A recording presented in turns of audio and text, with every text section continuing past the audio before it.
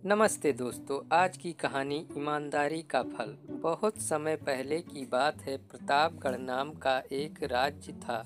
वहाँ का राजा बहुत अच्छा था, मगर राजा को कोई संतान नहीं थी और राजा चाहता था कि अब वह राज्य के अंदर किसी योग्य बच्चे को गोद ले ताकि वह उसका उत्तराधिकारी बन सके और आगे की बागडोर को सुचारू रूप से चला सके।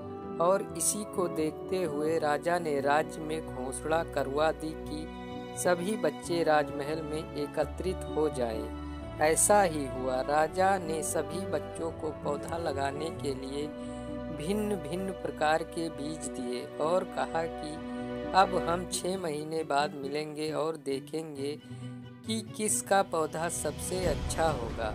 महीना बीत जाने के बाद भी एक बच्चा ऐसा था जिसके गमले में वह बीज अभी तक नहीं फूटा था, लेकिन वह रोज उसकी देखभाल करता था और रोज पौधे को पानी देता था।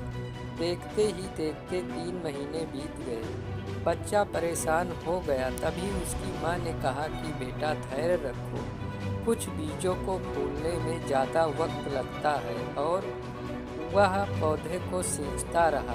6 महीने हो गए। राजा के पास जाने का समय आ चुका था, लेकिन वह डरा हुआ था कि सभी बच्चों के गमलों में तो पौधे होंगे और उसका गमला खाली होगा।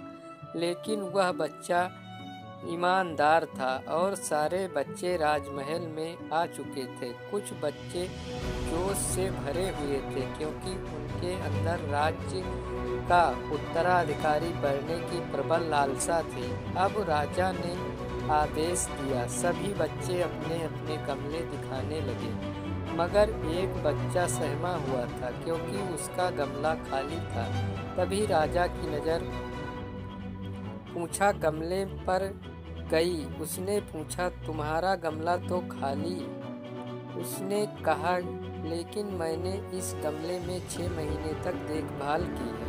राजा उसकी ईमानदारी से खुश था कि उसका गमला खाली है, फिर भी वह हिम्मत करके यहाँ तो आ गया। सभी बच्चे के गमले देखने के बाद राजा ने उस बच्चे को सभी के सामने बुलाया। बच्चा सहम गया और राजा ने कहा, गमला सभी को दिखाया। सभी बच्चे जोर से हंसने लगे। राजा ने कहा, शांत हो जाइए, इतने खुश मत होइए। आप सभी के पास जो पौधे हैं वह सब बंजर हैं।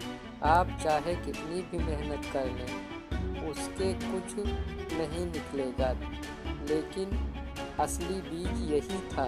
राजा इसकी ईमानदारी से बेहद खुश हुआ और कुछ बच्चे को राज्य का उत्तराधिकारी बना दिया। आशा करता हूँ आपको ये कहानी अच्छी लगी होगी। वीडियो को लाइक करें, चैनल को सब्सक्राइब करें।